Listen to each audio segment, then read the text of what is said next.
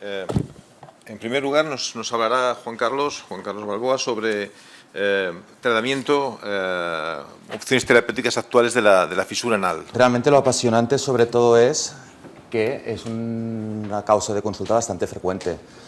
De hecho, el paciente generalmente consultará porque después de un esfuerzo defecatorio importante tiene dolor anal y a veces puede asociar otros síntomas como rectorragia o prurito, sobre todo rectorragia, que es lo típico.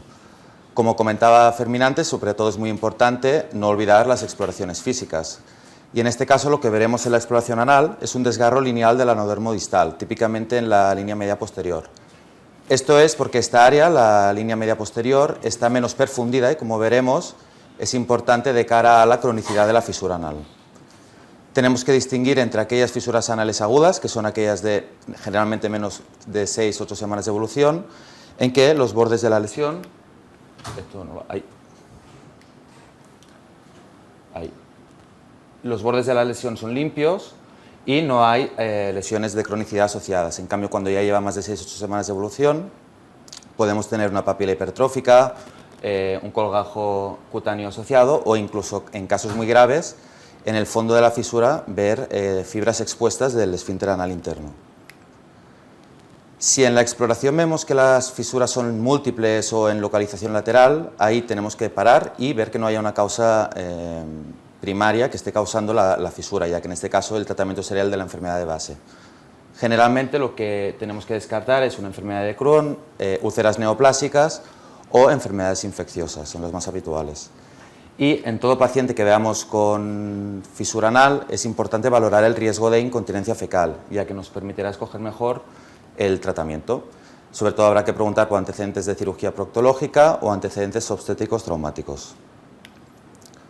En cuanto a por qué una fisura puede costar tanto de reparar y su fisiopatología, cuando tenemos una fisura anal provoca un dolor intenso. Este dolor provoca un espasmo reflejo del esfínter anal interno, que es músculo liso, y este espasmo lo que provoca es una hipoperfusión. Como he comentado, en la zona posterior, que ya hay menos perfusión de base, esta hipoperfusión lo que provoca es una isquemia que dificulta la cicatrización de la fisura anal y vuelve a entrar el ciclo. La mayoría de tratamientos que existen o que se han investigado actúan en una de estas fases del ciclo, la mayoría de ellos en la parte del espasmo, pero hay algún otro tratamiento que también actúa en la hipoperfusión o en la cicatrización directa de la fisura anal, como veremos. Como la idea es hablar de la verdad,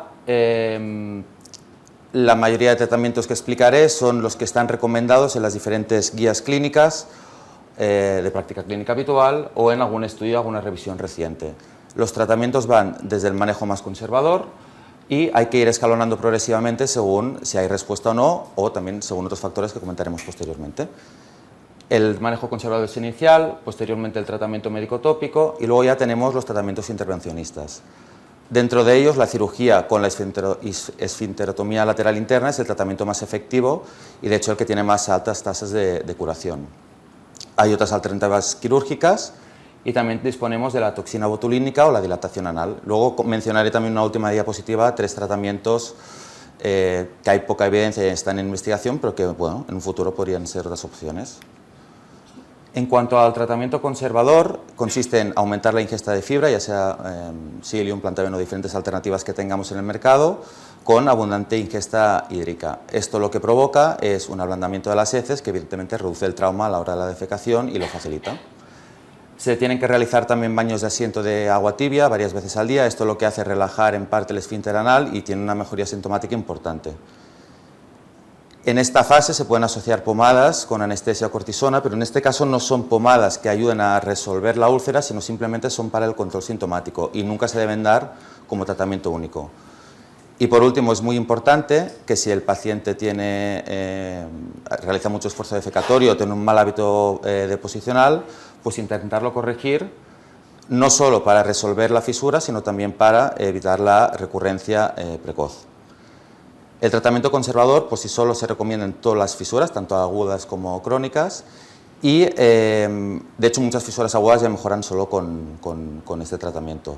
Como comentaba, ayuda al control sintomático y en las fisuras crónicas sí que la eficacia es en torno al 20-30%, la parte positiva que no tiene efectos adversos. En cuanto al tratamiento médico, son pomadas que se aplican de manera tópica.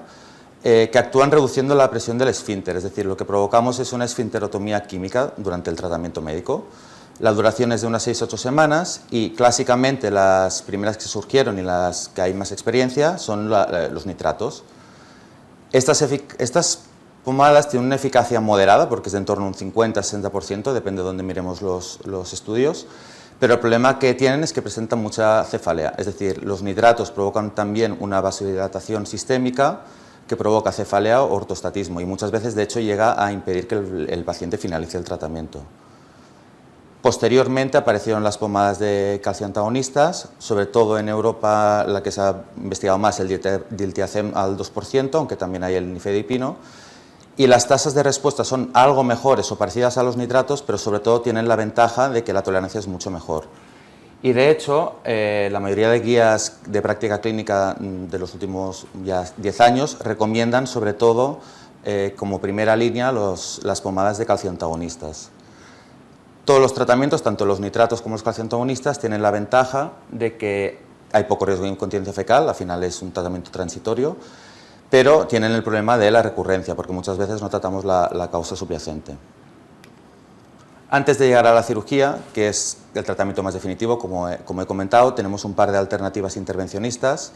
La más estudiada y utilizada es la toxina botulínica. La idea es inyectar toxina botulínica en diferentes áreas del esfínter anal, de tal manera que bloqueamos temporalmente el esfínter anal interno.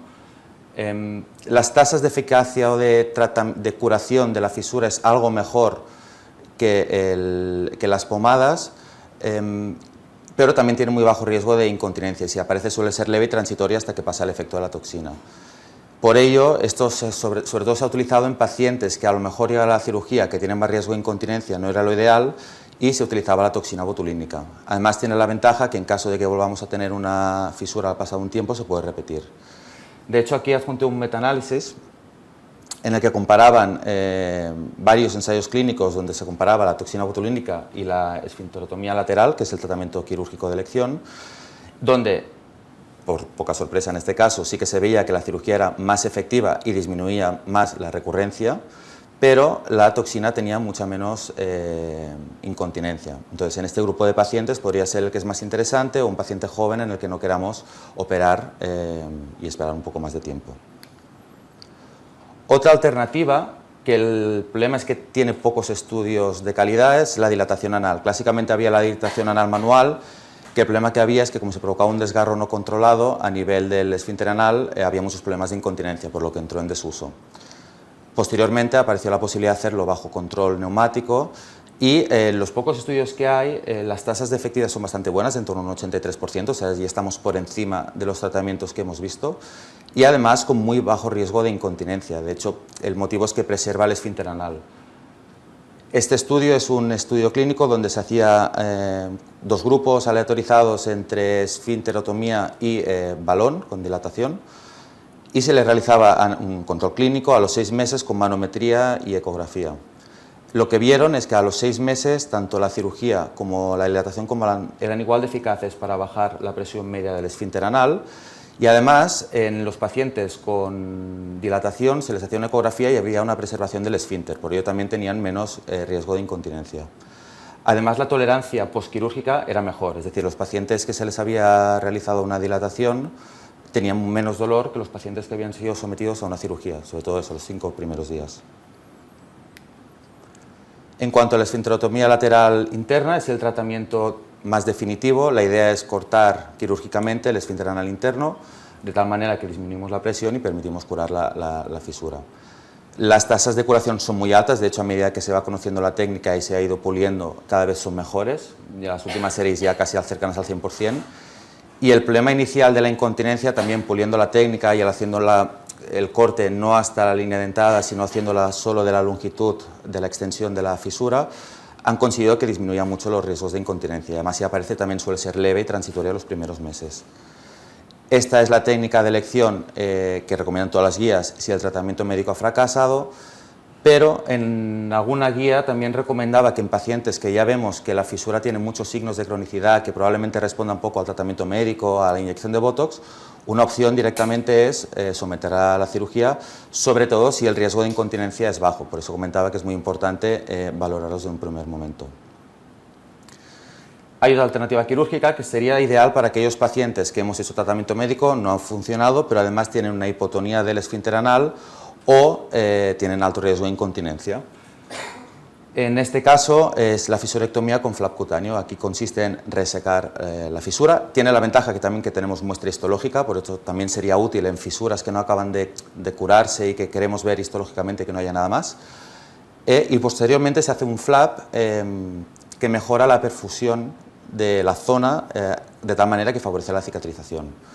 Las tasas de curación son bastante buenas, en torno al 75-90%, evidentemente es menor a la otra cirugía, pero la incontinencia es esporádica, es decir, en muchos estudios de hecho apenas hay y en muchos lo describen un máximo del 3%. Como aporta tejido vascularizado y no tocamos el esfínter, pues por eso no hay problemas de incontinencia. Entonces esta sería como de elección, como comentaba, en pacientes con riesgo de incontinencia, pacientes que tienen mucha fibrosis, que igualmente también puede ser que aunque afectemos, ¿no?, que cortemos el esfínter, dificulte la cicatrización correcta, o en pacientes que hay pocos, pero que algunos hay, que les hemos hecho la esfinterotomía y presentan una nueva fisura. El problema de esta técnica es que es más compleja y sobre todo complicaciones leves locales en los próximos días son más frecuentes, hematomas, infección, molestias, etc. Como comentaba al principio de la sesión, hay otros tratamientos que tienen muy poca evidencia, pero que son prometedores por los resultados que de momento están presentando. Dos de ellos, que son el plasma rico en plaquetas y el uso de células regenerativas del tejido adiposo, la idea es inyectarlos en la zona de la fisura y favorecer la regeneración y la reparación del tejido. Estos son pocos estudios, de poca N, es decir, lo he puesto más por curiosidad que por otra cosa. El tercer tratamiento sí que creo que puede ser más interesante, que es la estimulación del nervio tibial posterior. Esto es un tratamiento que a veces se utiliza ya en la incontinencia fecal y en un estudio en pacientes que tenían incontinencia fecal y fisura era una manera de mejorar los dos problemas. A nivel de la fisura la eficacia era parecida al tratamiento médico, pero claro, estamos resolviendo la incontinencia que en este contexto pues, nos ayuda y sobre todo, ¿no?, tratamos paralelamente las dos patologías. Como conclusiones, es importante que hay que descartar causas atípicas, es decir, en la exploración física, como he comentado, si las fisuras son laterales, son múltiples, hay que descartar que no haya una enfermedad de base que nos está causando las fisuras, ya sea un Crohn, una enfermedad neoplásica o una enfermedad infecciosa. Que la mayoría de tratamientos tratan de romper el ciclo fisura, dolor, espasmo, isquemia y fisura. Y que el tratamiento hay que hacerlo escalonado. Empezamos con técnicas conservadoras, medidas conservadoras que tenemos que aplicar a todo el mundo, la ingesta de fibra, hidratación importante y evitar esfuerzo defecatorio. Y progresivamente vamos avanzando según la respuesta a los diferentes fármacos. Primero las pomadas, luego, si hace falta, la cirugía, teniendo como opciones el uso de la toxina o la dilatación con balón cuando esté disponible. Que el problema es que es un tratamiento que tiene poca evidencia y no está disponible en muchos centros. Y por último, que cuando decidamos el tratamiento, más allá de la respuesta previa o de los síntomas que presente, hay que valorar el riesgo de incontinencia, ya que no por solucionar un problema de fisura tenemos que empeorar otro problema de incontinencia cuando tenemos diferentes alternativas terapéuticas. ¿Vale? Y esto sería el tratamiento.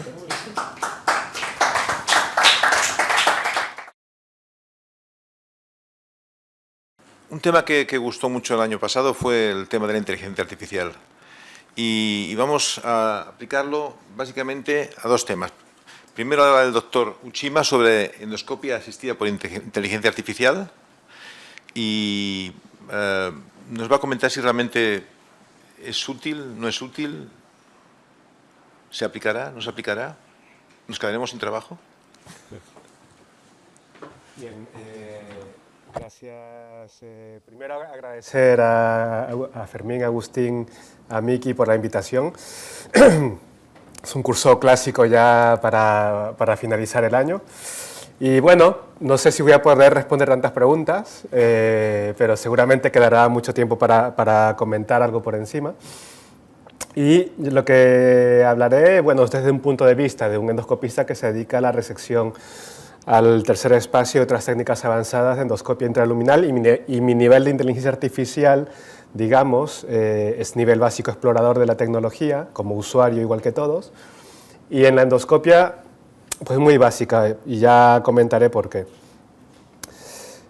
Primero, hay un posicionamiento de la Sociedad Europea de Endoscopia respecto a la adopción de la IA en endoscopia, y esto es muy importante, esto es de este año, y básicamente, si nos vamos a la fase de preadopción, lo que se recomienda es que se debe garantizar la competencia básica en los procedimientos estándares en endoscopia, ¿no? Es decir, cualquiera que vaya a usar una IA, pues antes debe tener competencias básicas adecuadas.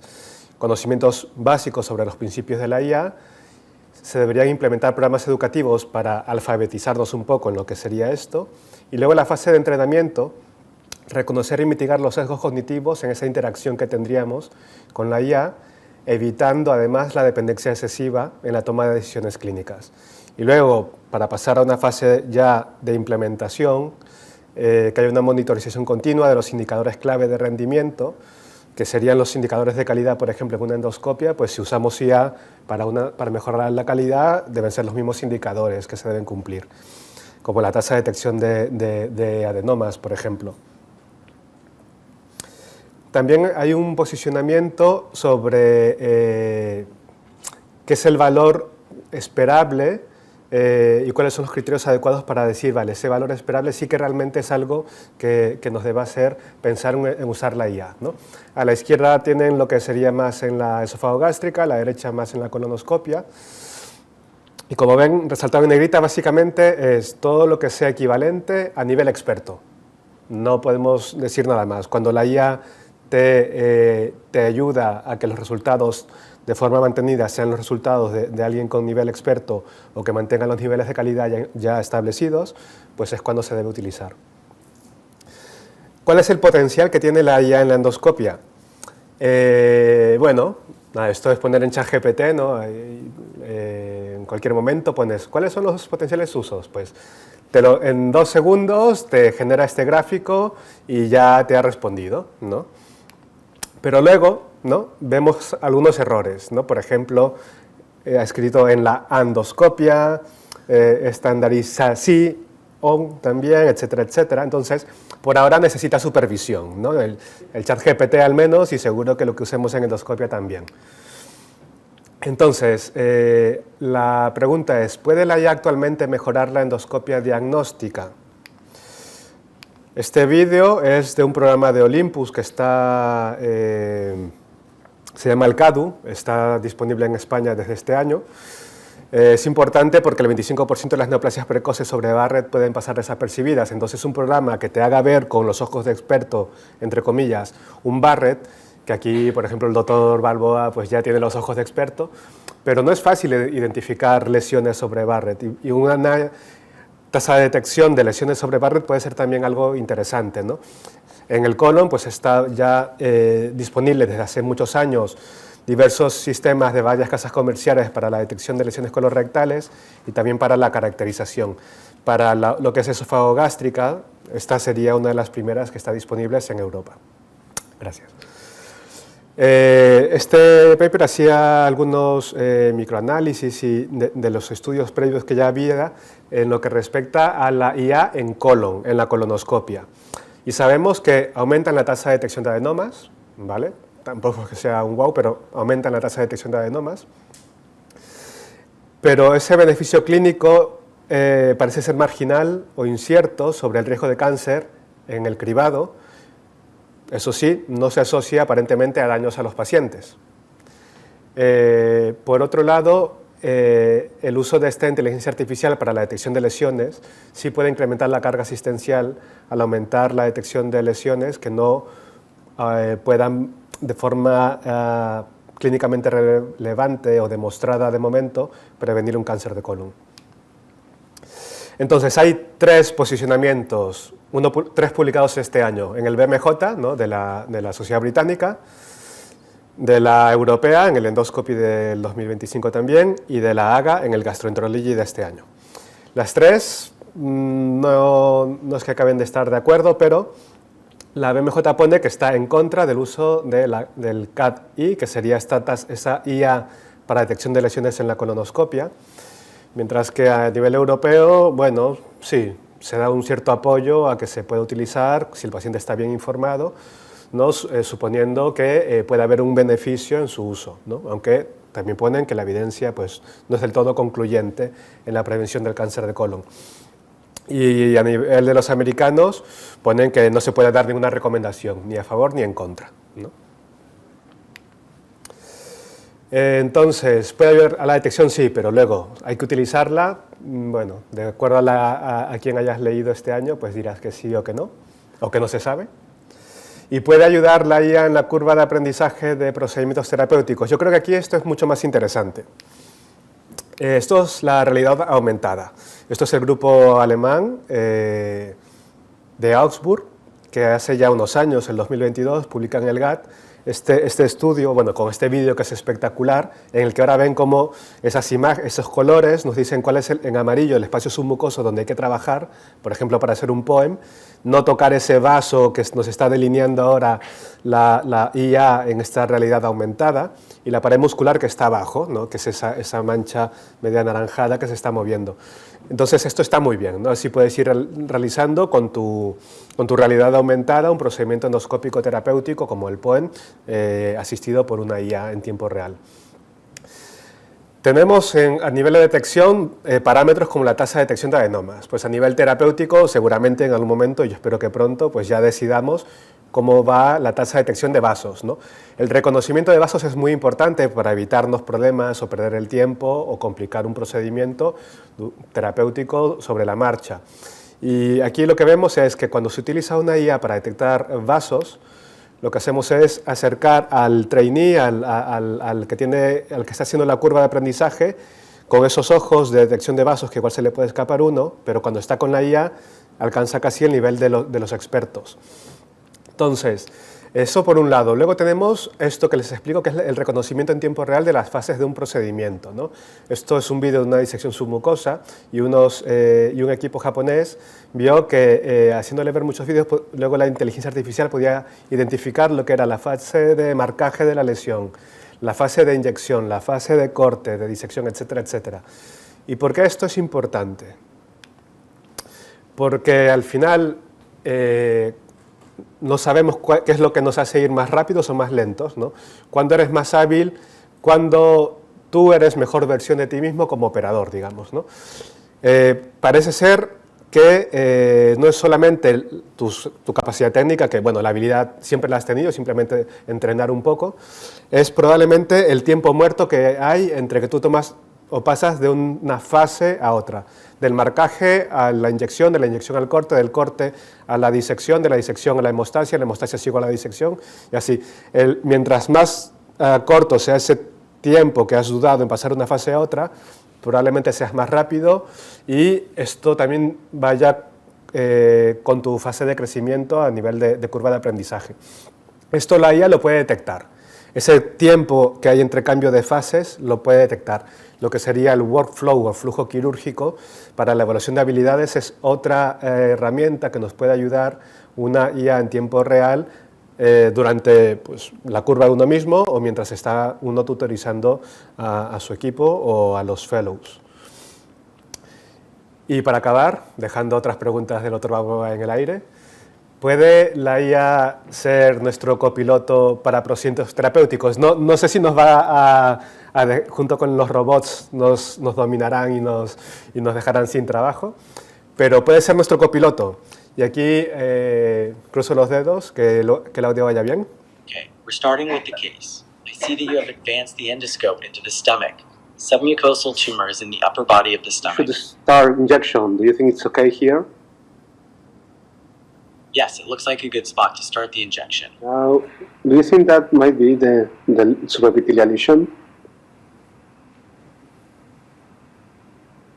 Yes, the lesion looks well lifted and is surrounded by a clear submucosal plane. You are doing well, and the cap is providing good traction. Now, focus on dissecting the submucosal layer. Look for that whitish, pale pseudocapsule of the SET. It appears that the SET is confined to the submucosa as seen on EUS. I see that you've identified a vessel and you are using coagulation to achieve hemostasis. Great job. Now, you are completing the submucosal incision on the oral side. Okay, it appears you're finishing the dissection and now completing the mucosal incision. You have good control, I see. Yes, you can proceed with completing the incision. The dissection looks complete and you have clear margins. That's great. After that, you can retrieve the specimen. Let me know if you need anything else. And congratulations on a job well done. I want you to check with me the specimen. What do you think? Okay, I can help with that. Let's check the specimen. I see that it's been recovered and blocked, and the capsule seems intact. Resection margins appear clean. Overall, it looks like a successful end block resection. Do you agree? Bueno, Thank you. esto como prueba de concepto de que nos serviría como copiloto y además alentándote y con refuerzo positivo, pues es fenomenal, ¿no? Esto lo hice con Google AI Studio sobre un vídeo explicando un poco de qué va el procedimiento y me sorprendió la verdad cómo iba reconociendo de una manera aparentemente natural las fases del procedimiento. Comentarios finales. Si dejamos que el sistema detecte por nosotros o guíe siempre el procedimiento, la habilidad humana podría diluirse. Este año, en el Lancet Gastroenterology, se publicó lo del deskilling, ¿no? Hay un ensayo clínico actualmente en curso que se llama ACCEPT, en el que participan varios hospitales españoles y europeos, en el que en las colonoscopias de cribado se está aleatorizando a los pacientes para que se les haga la colonoscopia de cribado con IA o sin IA.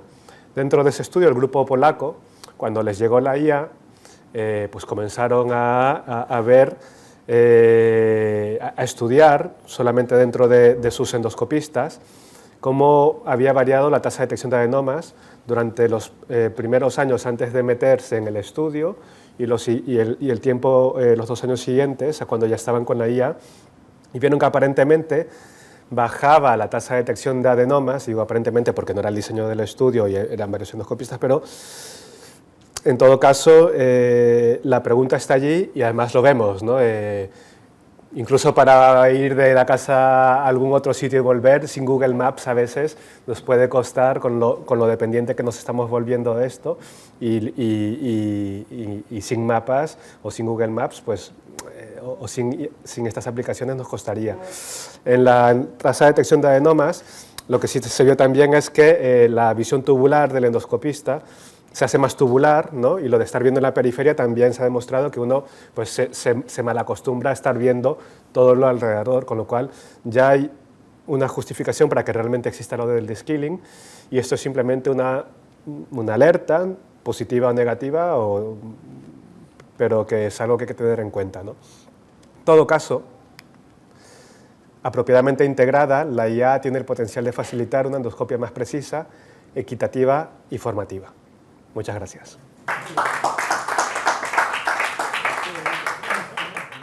Continuamos con el tema de la inteligencia artificial, esta vez aplicado a la consulta médica diaria. Con el paciente delante, ¿nos puede ayudar la inteligencia artificial, doctor Quirol? Pues creo que sí. Y vamos a bajar al territorio más humano y más sencillo de la inteligencia artificial, porque es el momento en que vamos a ponerla en marcha en el día a día del máximo de la mayoría de horas de nosotros. Los gastroenterólogos estáis mucho haciendo exploraciones complementarias, etcétera, pero los que nos dedicamos a medicina interna o a geriatría, como es mi caso, pues estamos delante del paciente. Y realmente esta inteligencia artificial nos está ayudando a ser muy rápidos ante la duda.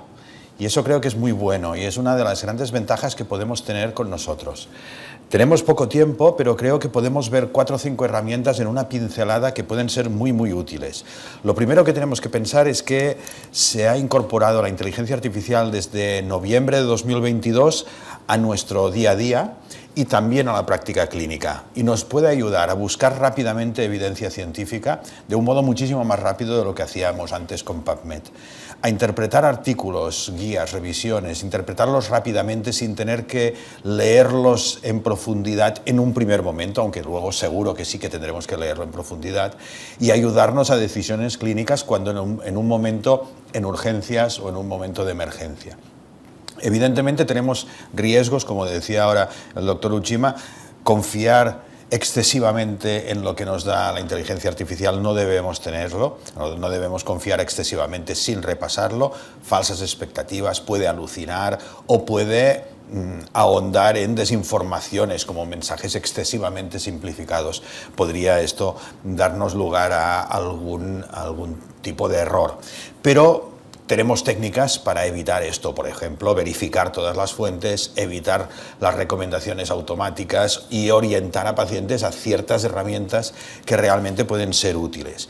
Y eso lo que nos da son unos principios de uso seguro, de confirmar la evidencia, contrastar con las guías oficiales o utilizar directamente las guías oficiales y siempre registrar y declarar todo aquello que hayamos hecho con inteligencia artificial. Dicho esto, como introducción, vamos ya a ponernos en materia. Vamos a ver cinco herramientas que realmente necesitan no una curva de aprendizaje, porque realmente las puedes abrir y utilizarlas directamente, pero sí necesitan cierto grado de habituación. Pero tenemos la primera, que es Consensus, que probablemente muchos de vosotros la conozcáis, que nos va a ayudar a solucionar dudas. Dudas sobre indicaciones, sobre efectos adversos, sobre contraindicaciones. Nos dirá realmente rápidamente si a solucionar esa duda según la evidencia científica. Después tenemos el Chat with PDF de SciSpace, que probablemente, al menos para mí, es el Chat with PDF más potente que existe en estos momentos para hacer revisiones rápidas de artículos. Aunque Chats with PDF hay muchísimos, el de SciSpace realmente veremos que es espectacular. Después tenemos Glass.health, que nos ayuda a hacer diagnóstico diferencial en un momento en que podamos tener cierta incertidumbre. Bueno, nos va muy bien. Open Evidence, ¿qué decir de él? Open Evidence, sobre todo en casos, en urgencias, y lo tenemos en el móvil y en cualquier momento podemos echar mano de él. Y finalmente Notebook LM, que es una herramienta que quizás está un poco desapercibida para los profesionales de la salud, pero que nuestros hijos, nuestros nietos la están utilizando en los institutos, en secundaria, y evidentemente nuestros estudiantes también la utilizan y realmente es potentísima. Pues una a una las vamos a ver y tenemos una o dos diapositivas para cada una, o sea, realmente no nos vamos a alargar.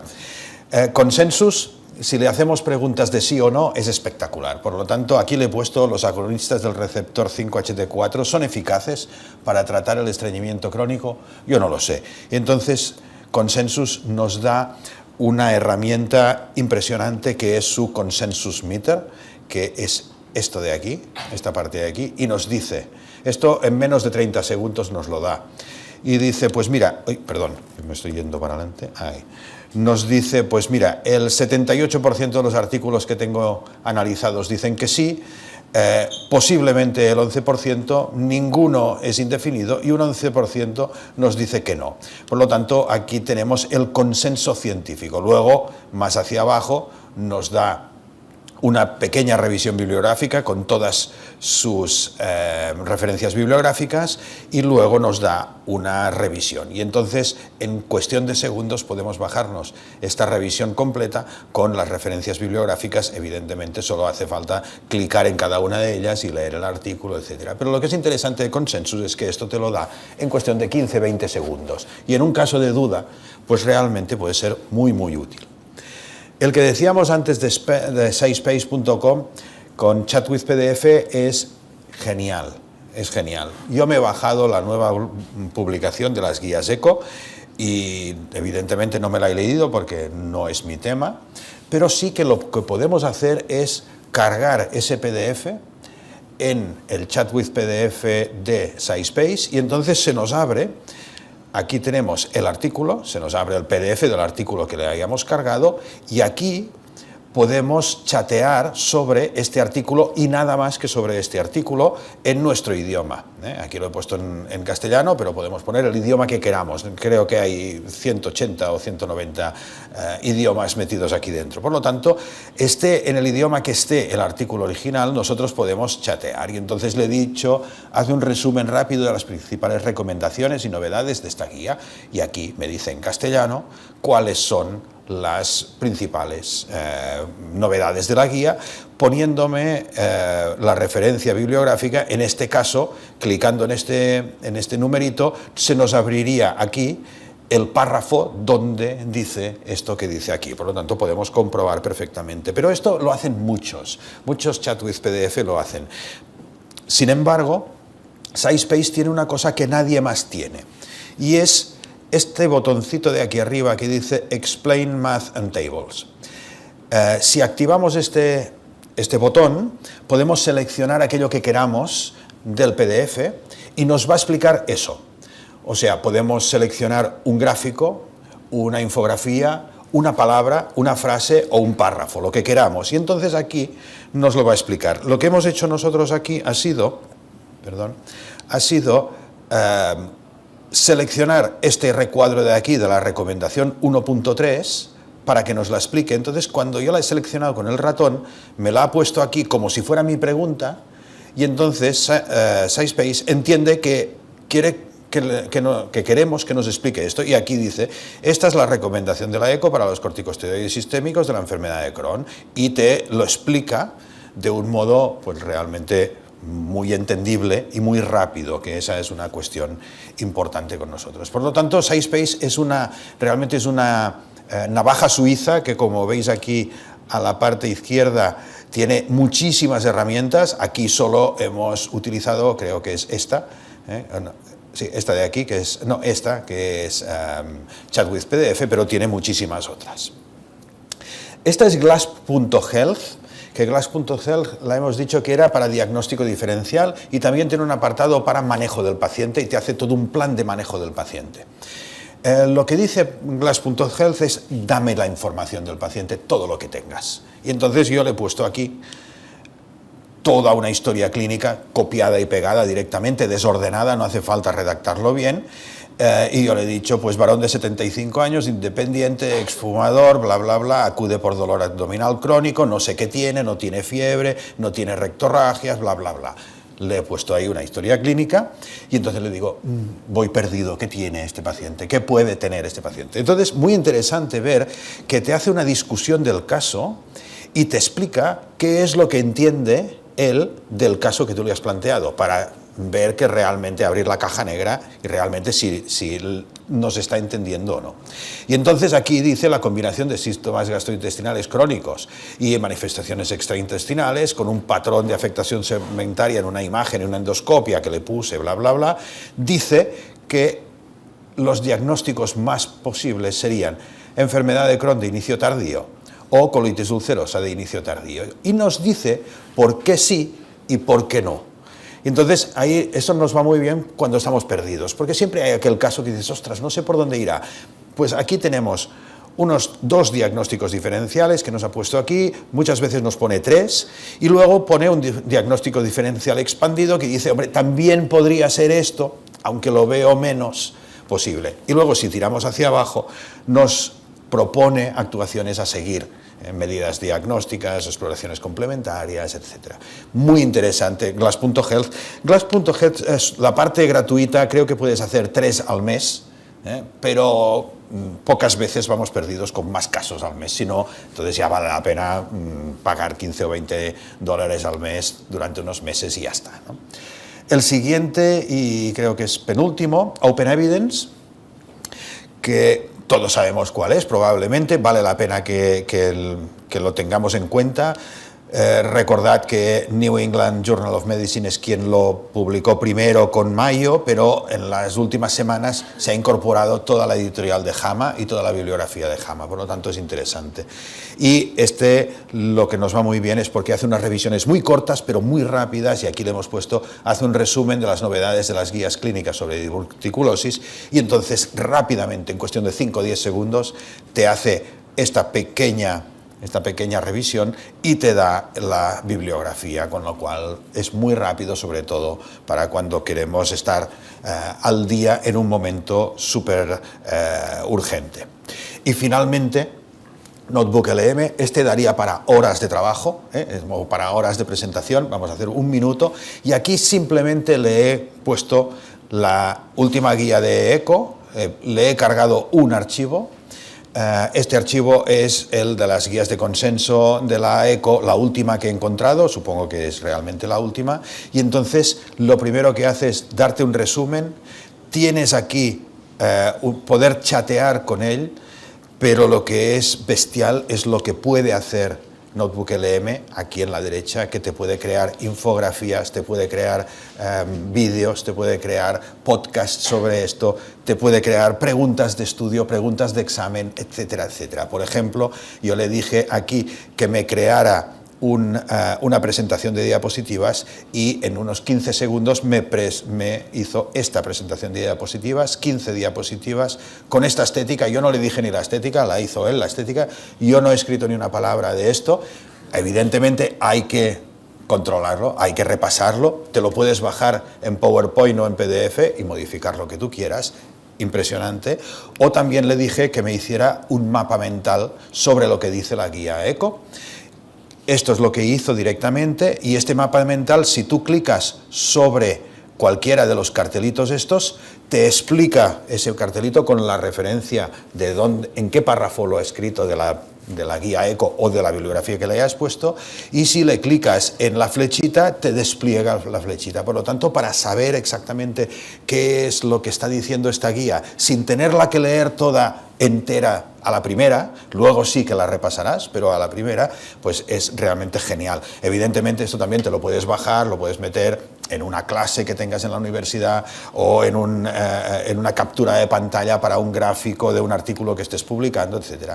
Y esto es una infografía, también te puede hacer una infografía. Y yo le dije directamente, haz una infografía, y me ha hecho esto, pero también puedes decirle, haz una infografía sobre el tratamiento en tal tipo de paciente específico, etc. Entonces te hace esto, los gráficos, todo lo hace, y es genial. Para finalizar, la IA en la consulta nos da rapidez para actualizarnos, para preparar la visita si tenemos un caso complicado previamente, y también para comunicar con claridad, porque esta última, por ejemplo, si le dices, haz 5 recomendaciones en lenguaje para pacientes, pues te la hace, te hace la infografía y se la das al paciente. O sea, es genial, pero siempre tenemos que apoyarnos en ello, pero nunca nos va a sustituir, como decía antes el doctor Balboa, nunca nos tiene que sustituir, pero sí que las tenemos que integrar de manera responsable, y puede convertirse en un aliado para nosotros. Así que muchas gracias, espero haber estado en tiempo. Sí, perfecto, gracias. Hay una pregunta del tema anterior, perdón que lo solvente un momento. Sergio, tenemos una pregunta de un espectador que nos está mirando, un asistente al simposio, que es sobre los GLP-1. Pregunta si tenemos experiencia en el manejo de las diarreas de este tipo de fármacos que presentan tras la administración. Entonces, muchas veces que la diarrea persiste con el fármaco y no acaba de mejorar.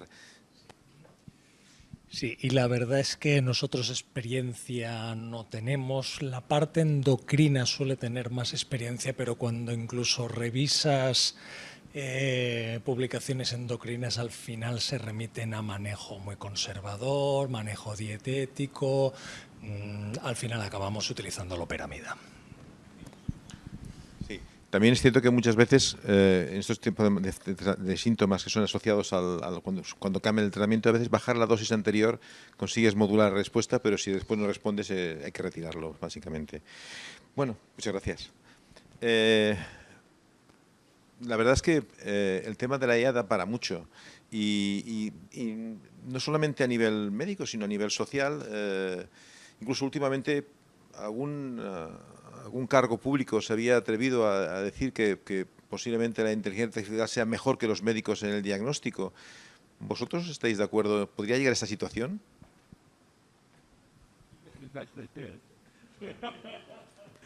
Buena pregunta.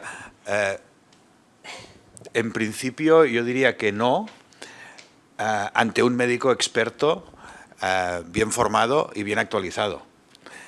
Pero depende, no hay de todo en la viña del Señor. Lo que sí vi también es un chiste, o no, que decía también, tu futuro médico está estudiando con ChatGPT y ya puedes empezar a hacer dieta y ejercicio. Porque realmente sí que es posible que nos ayude mucho al diagnóstico, no tiene que sustituirnos, evidentemente que no, pero hay veces que podemos hacer una comparación. Los que somos más antiguos recordamos cuando estudiábamos que en el laboratorio de análisis clínicos había los analistas que miraban al microscopio y contaban leucocitos con una maquinita, clic, clic, clic, clic, clic. Y entonces llegó una máquina y cuenta automáticamente. Y hoy a nadie se nos ocurriría contar leucocitos en el día a día, sí cuando toca, pero en el día a día habitual de los análisis no se nos ocurriría. Pero yo recuerdo médicos antiguos que ya están mucho más que jubilados, porque hablo de muy, muy antiguo, que decían, no, pero yo no quiero que me hagan los análisis, que me hagan los resultados de los análisis con máquinas. Yo quiero que el analista lo mire y me lo cuente, y me lo apunte en un papel. Entonces, yo creo que estamos en este momento de impasse o de transición, en el cual el diagnóstico automatizado tiene que encontrar su papel. Y hasta dónde va a llegar y hasta dónde llegamos nosotros a creernos o a no creernos. Antes se ha hablado también del sesgo cognitivo, y hay sesgos cognitivos positivos y negativos cuando nosotros utilizamos la IA. Hay veces, y hay estudios que nos dicen que mejora nuestro diagnóstico, y hay otros estudios que dicen que empeora nuestro diagnóstico, el de skilling que hablaba el doctor, porque hay veces que el deskilling no es tanto culpa de la inteligencia artificial, sino de nuestro propio sesgo cognitivo, que decimos, si la IA dice que esto es un adenoma, yo voy a decir que no. Y entonces perdemos fiabilidad por este sesgo. Entonces, yo creo que es muy difícil saber hasta dónde vamos a llegar, pero no nos va a sustituir, esto seguro. Sí, yo tenía una duda para ti, Jordi. No sé si es por miedo a veces a incorporar demasiado la IA, que evidentemente siempre hay como este respeto, pero me ha dado la sensación que alguna vez que, por ejemplo, me he estudiado a fondo un tema para por un caso clínico o lo que sea, que acabo duplicando trabajo en el sentido de que uso herramientas de IA tipo OpenEvidence u otras, pero digo, bueno, no me acabo de fiar, hago lo de siempre del PubMed, busco todo lo que yo creo del PubMed, busco guías clínicas en la página pues, o de la ESG o de donde sea, depende del tema, y acabo viendo que acabo haciendo el doble de trabajo porque duplico. Entonces, ¿realmente ya hay herramientas que sean fiables o que hayan demostrado fiabilidad a la hora de buscar igual que tú buscarías clásicamente, evidentemente en un nivel básico de PubMed, no experto? Sí. A ver, estamos en público, ¿no? Pero yo te diría que PubMed, si no evoluciona muy rápidamente, lo tenemos que jubilar, porque tenemos herramientas muchísimo mejores que PubMed. ¿Quién publica o qué artículos están en PubMed? Los artículos cuyas revistas pagan por estar en PubMed. Y hay mucha bibliografía muy potente y muy válida fuera de PubMed y nunca la hemos tenido en cuenta o muy pocas veces la tenemos en cuenta. Tenemos ahora repositorios que buscan en PubMed y en 50 más. Entonces ahí es importante. Lo que tú dices sí que es real, pero eso forma parte de esta transición de decir, no me acabo de fiar. Recordemos que ChatGPT eclosionó en nuestras vidas en noviembre del 22, son 3 años, no ha acabado la residencia todavía la IA. Entonces, todavía estamos así y probablemente estábamos duplicando trabajo, pero sí que muchas veces lo que es importante es que ese duplicar trabajo nos está entrenando para saber qué hace bien y qué no hace bien esa herramienta, y vale la pena que de momento seamos muy cautos. Y tengo una pregunta. Para el tema de alucinaciones, perdón, faltaba una ya asistente.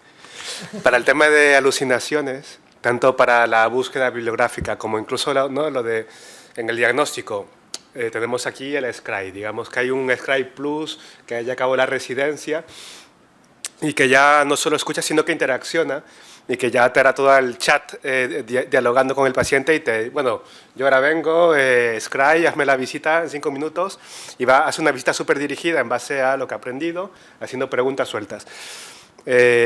Claro, va a ser muy peligroso que no bueno, tanto en una búsqueda bibliográfica, sobre todo si es para tu tesis o una publicación, pero sobre todo si para un paciente alucinas con el nombre de un medicamento o algo, o una alergia, y lo pone en la historia clínica. Esas alucinaciones, ¿cómo se podrían evitar en la práctica clínica para la toma de decisiones o en la búsqueda bibliográfica? Para tomar decisiones, lo primero es el sentido común y la supervisión. Y muchas veces hemos hecho el símil de que no acaba la residencia, pero es que yo lo veo muy así. Y muchas veces, hablando con compañeros, digo, es que la IA es un residente y al residente hay que supervisarlo. Y al residente le puedes pedir, es un residente que se ha sacado el MIR con una nota extraordinaria, y le puedes decir, diséñame un ensayo clínico o léeme estos resultados, pero léelo luego tú, ¿eh? Y estate seguro de que no se ha equivocado, que sabe muchísimo, seguro, pero tenemos que supervisarlo. Y estas herramientas, como tú hablas, las de Scribe o las de Heidi o las de muchas otras que están transcribiendo conversaciones, yo me he encontrado, yo las he utilizado y habitualmente las utilizo, pero te encuentras de que el paciente a lo mejor te ha cambiado de tema, te está hablando de su hijo y te ha metido la alergia de su hijo como antecedente patológico o antecedente suyo. Entonces hay que ir con mucho cuidado y leerlo y decir, ah, no, oye, que aquí no lo has entendido bien. Con el tiempo probablemente serán mejores, pero de momento son espectaculares, pero hay que supervisarlas. En cuanto a la búsqueda de evidencias, yo te diría, si estamos haciendo la tesis, tenemos herramientas buenísimas que nos ayudarán muchísimo y nos están ayudando muchísimo. De hecho, ahora en la universidad estamos cambiando totalmente la manera de solicitar trabajos finales de estudios, porque si tú le dices, como trabajo final de grado, hazme un diseño de un ensayo clínico, está hecho en 5 minutos y el alumno no ha escrito nada. Y si tú lo pones en un detector de IA, te dice, esto está escrito con IA, pero si el alumno es un poco cauto y lo mete en un parafraseador, humaniza ese texto y cuando lo vuelves a pasar por el Turnitin o el que sea, te dice 0. Entonces, claro, ahí estamos cambiando totalmente. Pero sí que nos va a ayudar, pero creo que somos nosotros los que tenemos que cambiar, no limitar a la inteligencia artificial en su uso, sino nosotros evaluar cosas que quizás ahora no se están evaluando tanto. Lo que dijeron los de Australia, una universidad australiana, en Navidad del 2022 al 2023, vamos a volver a los exámenes por escrito a boli, no tiene ningún sentido. Y el tiempo ha demostrado que no tiene sentido. Ahora, decirle a los alumnos, hazlo tú como quieras, utiliza esta y esta herramienta, pero yo voy a evaluar lo que tú me explicas a ver si realmente has aprendido lo que hay. Entonces volvemos al examen oral, volvemos a otros métodos de evaluación. Una pregunta última, rápida, y pasando de la inteligencia artificial a algo muy terrenal. Me ha encantado, Juan Carlos, tu presentación con evidencias científicas, toxina botulínica, esfinterotomía, pomada de diltiazem.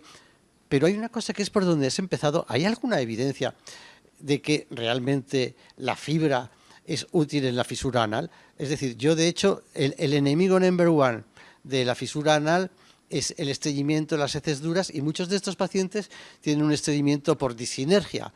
Yo intento evitar la fibra porque aumentas volumen y lo último que quieres en fisura es aumentar volumen. Prefiero un laxante osmótico sin ninguna duda. Lo digo porque es como el paso 1 general de mensaje que hemos dado durante el curso. Yo no lo sé si hay evidencias, pero yo intento huir de la fibra en pacientes con fisura anal. Lo que te comentan las guías es que si tiene de base un trastorno defecatorio, evidentemente pues valorar, incluso cuando el paciente mejora, aunque sea transitoriamente con el uso de pomadas, la manometría para ver si hay una disinergia, hacer el biofeedback, porque al final si no tratas la causa vuelve a reaparecer. Y en casos de estreñimiento sí que valora el uso también de laxantes osmóticos.